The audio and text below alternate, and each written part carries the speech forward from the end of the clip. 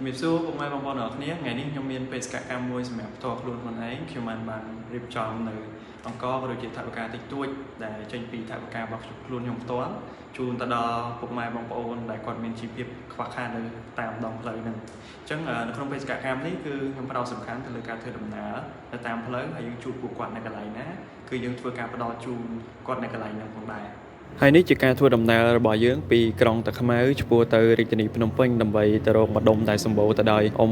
អ្នករត់ស៊ីក្លូក៏ដូចជាបងដែលប្រកបមុខរបរសន្សំនិងប្រម៉ូអេតចាយដើម្បីលក់ចិញ្ចឹមជីវិតរបស់គាត់ជាប្រចាំថ្ងៃហើយយើងបានជួបពួកគាត់ក៏ដូចជាបកគោលនៅអវ៉ាន់សម្ភារៈក៏ដូចជាថវិកាទាំងនោះជូនពួកគាត់ផងដែរមែនតើទៅទាំងអស់នេះគឺជាក្តីសុបិនរបស់ខ្ញុំតាំងពីក្មេងដែលខ្ញុំបានសន្យាជាមួយខ្លួនឯងថាពេលណាមួយដែលខ្ញុំមានលទ្ធភាពអាចចែកចម្លែកទៅអ្នកដទៃបានតាមលទ្ធភាពដែលខ្ញុំអាចធ្វើបានខ្ញុំនឹងធ្វើការចែកម្លែកទៅដល់ពួកគាត់ហើយពេលនេះខ្ញុំពិតជាសប្បាយចិត្តមែនទែនដែលខ្ញុំអាចធ្វើវាបានទោះបីជាតិចក្តីឬក៏ច្រើនក្តីក៏ដោយតែវាក៏ជាការចាប់ផ្ដើមមួយរបស់ខ្ញុំផងដែរតាមរយៈឆន្ទៈនិងមនសិការទាំងនេះបានបង្រៀនខ្ញុំឲ្យចេះចែកកម្លែកចេះជួយគ្នា